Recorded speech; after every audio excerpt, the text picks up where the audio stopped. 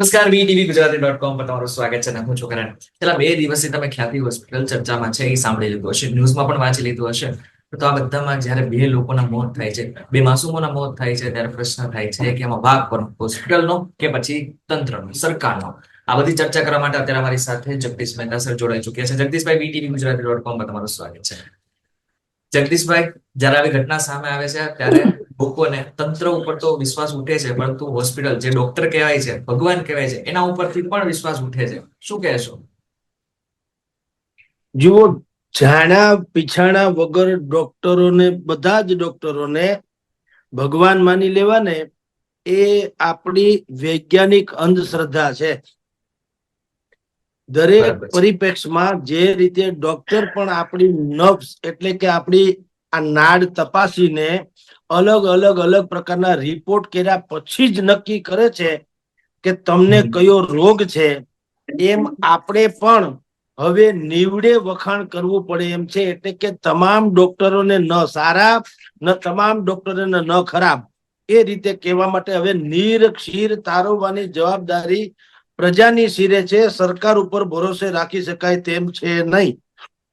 કારણ કે બરાબર. આ ખ્યાતિ હોસ્પિટલ તો આજકાલનો બનાવ છે. આવા બનાવોની અનેકો શૃંખલા છે, જેમાં સરકારે કોઈનો વાળ વાંકો કર્યો નથી.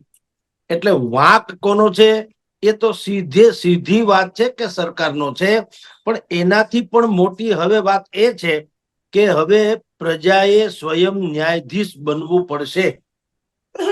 ન્યાયની અપેક્ષા નહીં, ન્યાયના કર્તા બનવું પડશે. અપેક્ષા તો હવે ક્યાંય સંતોષવાની છે નહીં.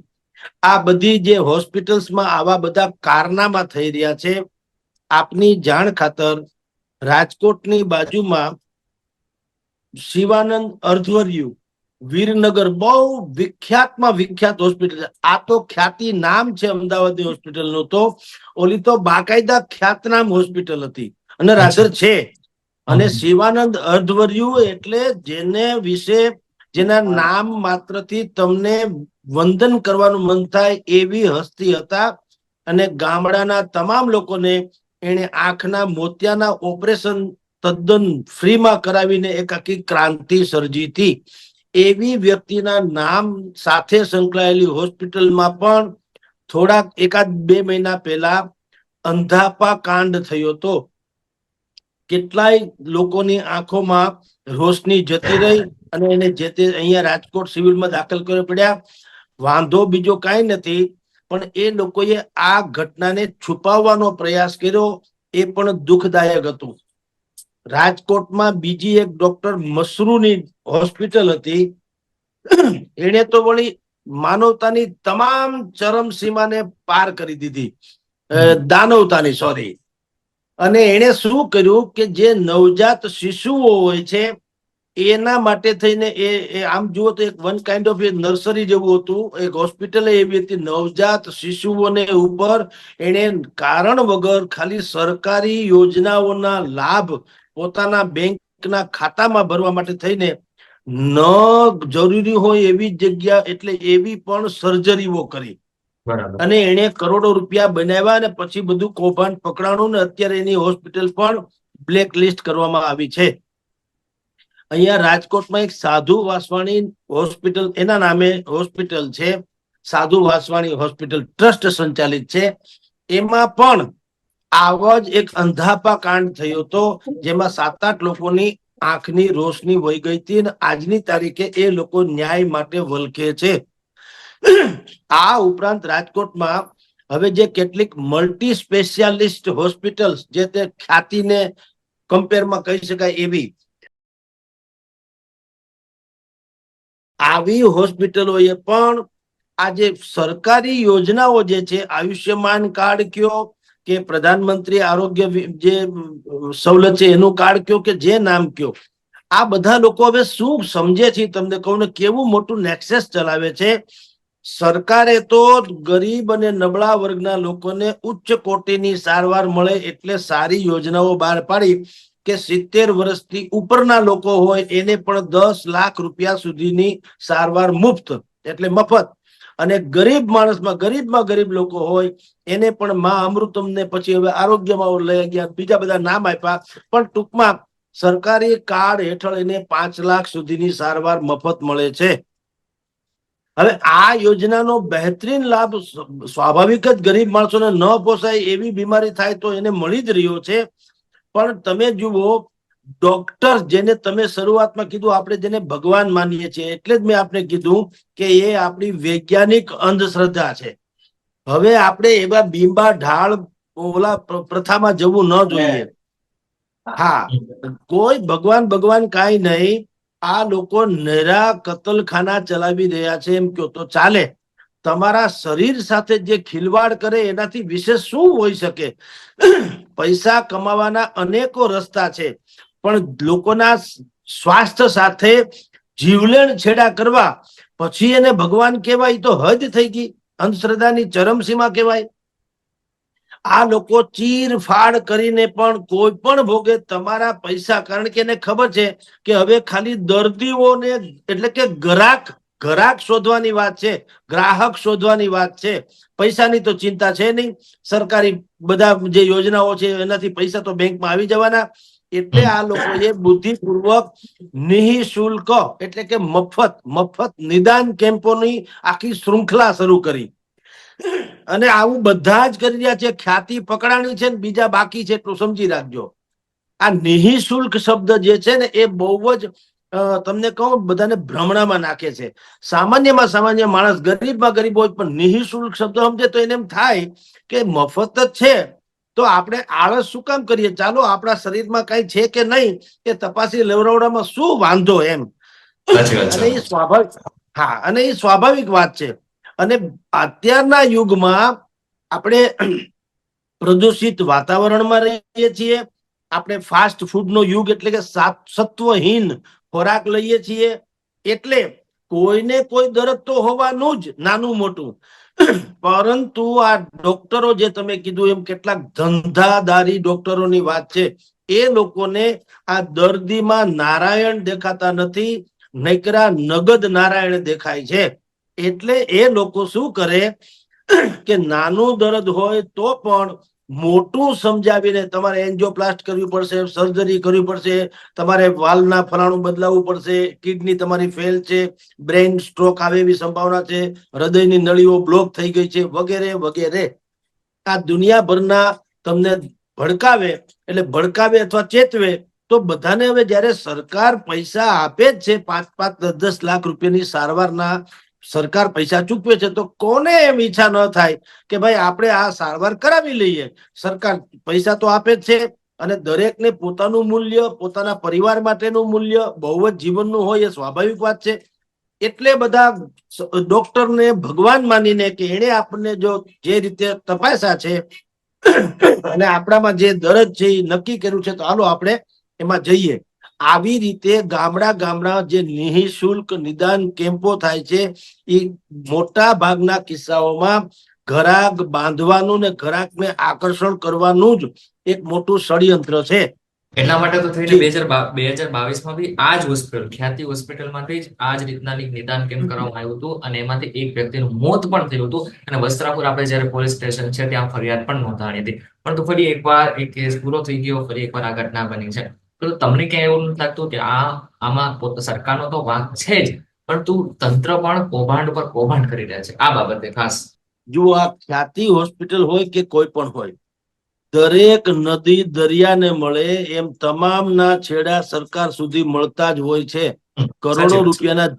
કરોડો રૂપિયાના આ જમેલા એમનેમ થતા નથી. ખ્યાતિ હોસ્પિટલ જે છે એનું ઉદ્ઘાટન નરહરી અમીનના હસ્તે થયું છે. આરોગ્ય મંત્રી ઋષિકેશ પટેલ એણે આ હોસ્પિટલને બહુ સારી છે એવી સરાહના કરી ચુક્યા છે. તમે વિચાર કરો, તમે જેમ કીધું 1-2 વર્ષ પહેલા ત્યાં એક મોત થઈ ગયું હતું, અત્યારે બીજા 2 થયા, હજી 5 જણા જે છે એ વેન્ટિલેટર ઉપર છે, ભગવાન એને જીવાડે. પણ સવાલ એ છે કે ઋષિકેશ પટેલ થી માંડીને નરહરી અમીને જે ઉદ્ઘાટન અમથા કરવા જાય નહીં, પ્રજાને ખબર નથી, એટલે લોકો એ માને છે કે મોટા માણસના હાથે ઉદ્ઘાટન થયું છે. એવું નથી હોતું, એમાં બુદ્ધિપૂર્વકની સેટિંગ હોય છે. એમને ઉદ્ઘાટન પણ નથી થતા હોતા.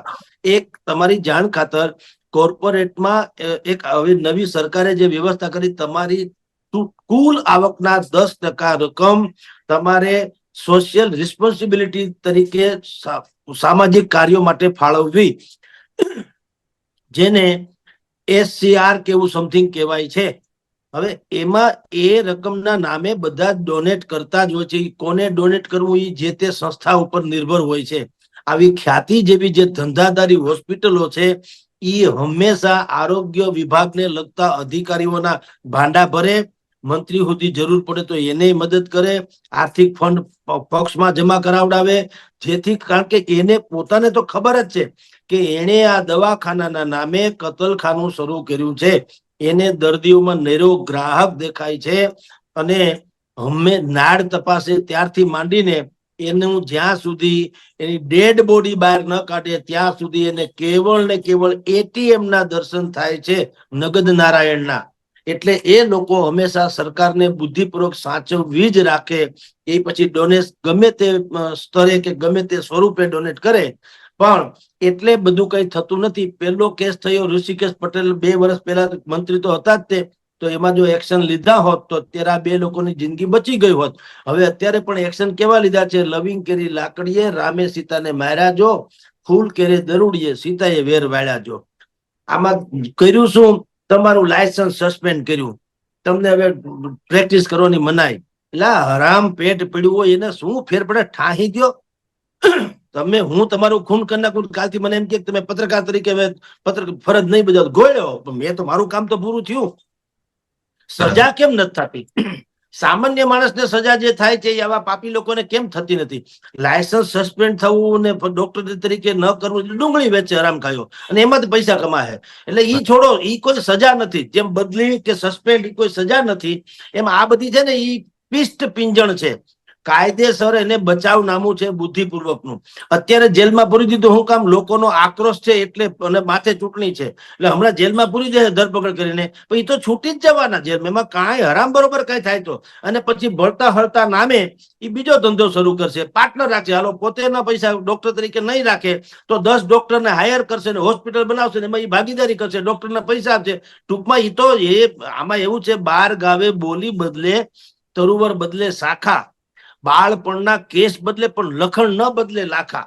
મરી જાય તો પણ આ લોકોના જે લખણ છે એ બદલવાના છે નહીં. એટલે આ જે સજા છે એ બિલકુલ નોર્મલ કહી શકાય. બલકે ધડારૂપ સજા કેવી થવી, એને ઠાહી દેવો જોઈએ. 2 માણસનો મર્ડર તો કર્યા જ છે, એ તો હકીકત છે. જબ જાહેર થઈ ગયું છે તો મર્ડરની સજા શું હોઈ શકે? એવી જ સજા ને એવી જ કલમ હેઠળની અમે કામ લેવું જોઈએ. એટલે એમાં તંત્રનો વાંક છે. અને મેં તમને જેમ શરૂઆતમાં કીધી તેમ, દર વખત તંત્રનો વાંક છે, તંત્રનો વાંક. એમ છાજિયા કૂટવાથી આપણે બચીશું નહીં. હવે જનતાએ સ્વયં પોતે ન્યાયાધીશની કે કાયદાના રખેવાળની ભૂમિકા અદા કરવી પડશે. કોઈ પણ ડોક્ટર તમને નિઃશુલ્ક, તથાકથિત નિઃશુલ્ક એવા નિદાન કેમ્પમાં તમને લઈ જાય તો હવે જાગૃતિ એ દાખવવાની કે ધારો કે મને લઈ જાય ને મને 5 મારામાં રોગ છે એવું નિદાન કરે તો મારે સેકન્ડ ઓપિનિયન લેવો, બીજા ડોક્ટરોની પૂછવું, બીજા 3-4 લોકોને પૂછવું કે આવું આવું આવું આવું કે છે એ હકીકત છે કે કેમ.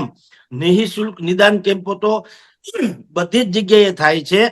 તો એવા જ્યાં નિઃશુલ્ક નિદાન થતા હોય ત્યાં આને આ ફાઇલ લઈને 5 જગ્યાએ બતાવવી ને પછી કોઈ સારા નીતિમત્તાથી શ્રેષ્ઠ હોય એવા ડોક્ટરને બતાવવું કે આ 5 જગ્યાએ મેં બતાવ્યું, એમાં 3ના રિપોર્ટ આવા છે, 2ના તેવા છે. હવે આપ શું કહો છો, મારે શું કરવું જોઈએ? કારણ કે તમને જો એમ હોય કોઈ પણ માણસને કે ભાઈ સરકાર 10 લાખ રૂપિયાનો ખર્ચો કરી દે છે તો આપણે શું કામ ન તપાસવું, તો એ લોકોએ યાદ રાખવું ઘટે કે સરકાર 10 લાખની સારવાર કરાવી શકે છે, તમારો જીવ પાછો લઈ આવી શકે તેમ નથી. અને તમારો પરિવાર એ 10 લાખ રૂપિયાનું તો જે થવું હોય થાય, તમારા વગર તમારા પરિવારનું શું થશે એ વિચારીને તમે આમાં લાલચમાં આવતા નહીં. અને આવા નિદાન કેમ્પો જે કરનારા હોય એ પણ પાછા એનું પણ તપાસો. સૌથી પહેલા તમે એનું નિદાન કરો કે આ ડોક્ટર જે કોઈ નિદાન કેમ્પનું આયોજન કર્યું છે એ ડોક્ટરની વંશાવળી ગોતી લ્યો, 5 જણાને પૂછો કે આ કોણ છે. આ તો ગામમાં ઘરાક લેવા નીકળ્યા હોય એવી રીતે બધા નીકળી પડ્યા છે. એટલે હવે સ્વયં જનતાએ જાગૃતિ કરવી પડશે. તંત્રનો વાંક કાઢે આપણે બચીશું નહીં. જી, ખરેખર વાત સાચી છે. કારણ કે અત્યારે જે રીતની ઘટનાઓ સામે આવે છે, ખાસ કરીને હોસ્પિટલને લઈને, જ્યાં દર્દીઓ જે છે એ ભગવાન માનતા હોય છે ડોક્ટરને, ડોક્ટર જ જ્યાં આવું કામ કરતા હોય છે, ત્યારે હવે આગળના સમયમાં બનશે કે લોકો હવે હોસ્પિટલ ઉપર જ વિશ્વાસ કરતા બંધ થઈ જશે. જગદીશભાઈ, વીટીવી ગુજરાતી .com પર જોડાવા બદલ આપનો ખૂબ ખૂબ આભાર. ફરી મળીશું એક નવા વિડીયો સાથે, નવા કોન્સેપ્ટ સાથે. ત્યાં સુધી મને રજા આપો. નમસ્કાર.